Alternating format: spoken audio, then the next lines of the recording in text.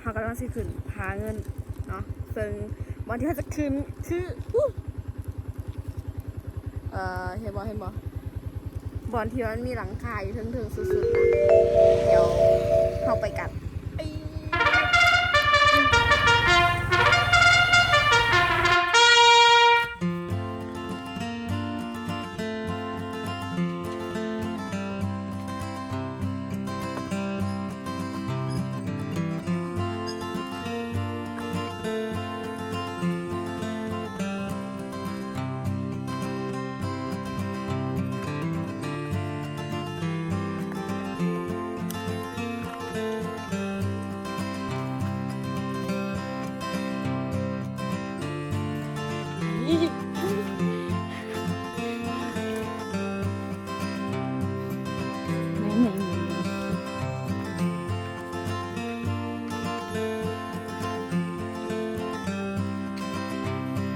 ขึ้นมาได้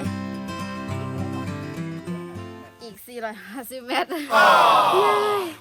เอาสกูหืดขึ้นมันสิขุ่มวะเนาะขอให้มันขุ่มกว่า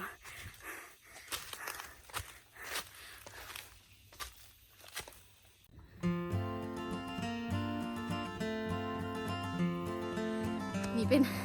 ไฮคิงที่กูจะตายแล้ว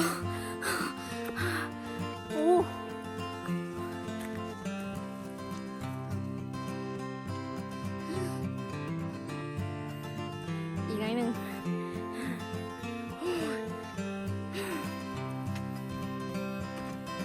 เขาบอกว่าถึงประมาณ30-40 นาทีเนาะหรือถึงชั่วโมงแต่เฮาขึ้นเป็นชั่วโมง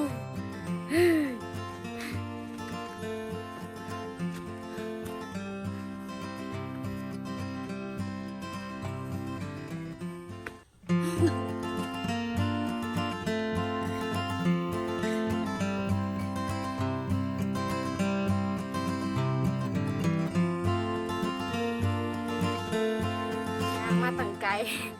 ในได้100 เมตรอีก250 เมตร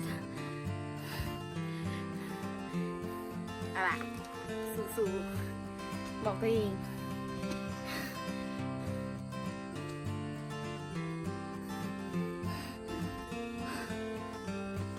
พอวันนี้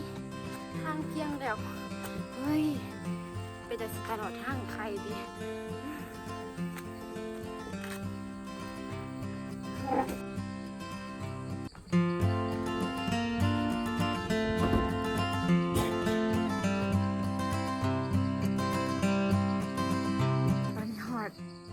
จุดพัก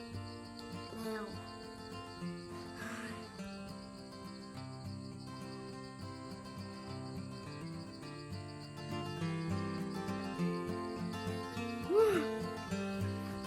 30 หอด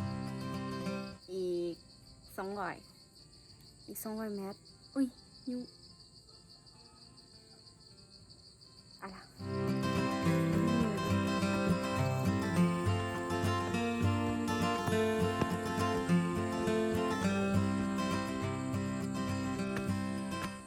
100 เมตรโอเคไก่จะหอดแล้วไก่จะหอดเสร็จไส้แล้ว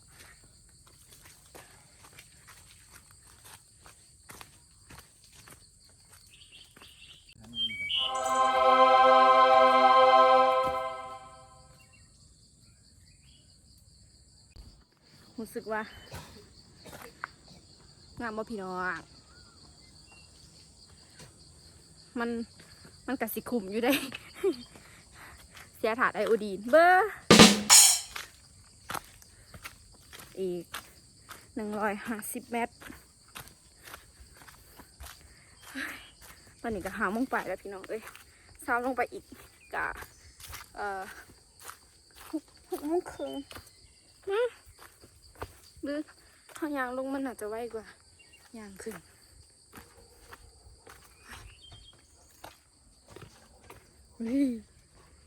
ป่าทึบขนาดฝากระหองอีกเนาะ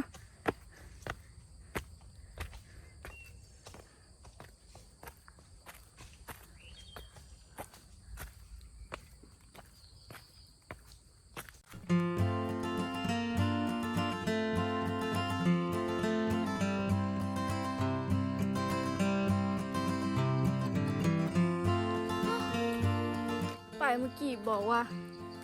ยังอีก150 เมตรเฮ้ยมึงปลายตัวนี้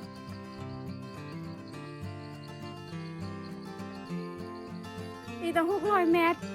what the fuck ไปทางไหนสะ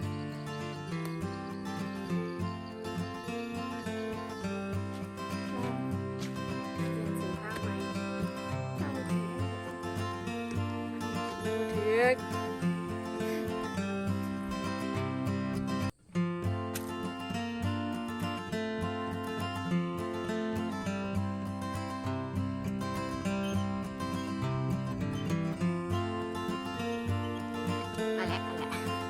ยังอีก50 เมตร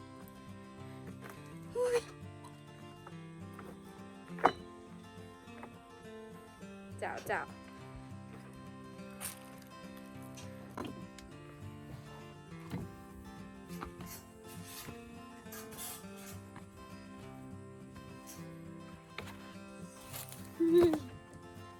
อ้าวไม่ใช่อีกอ่ะ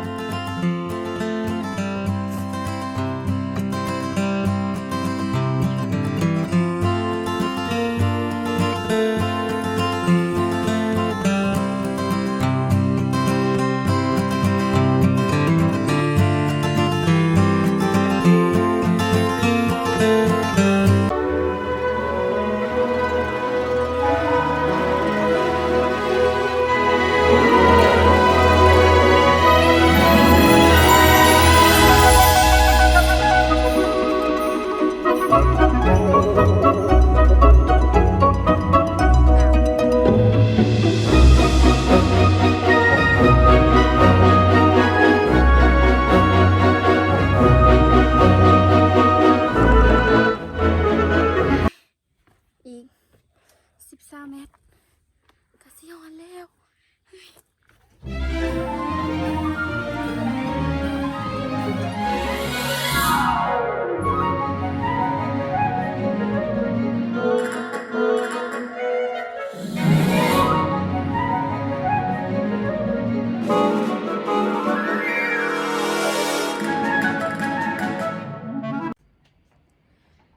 คุ้มค่าอยู่พี่น้อง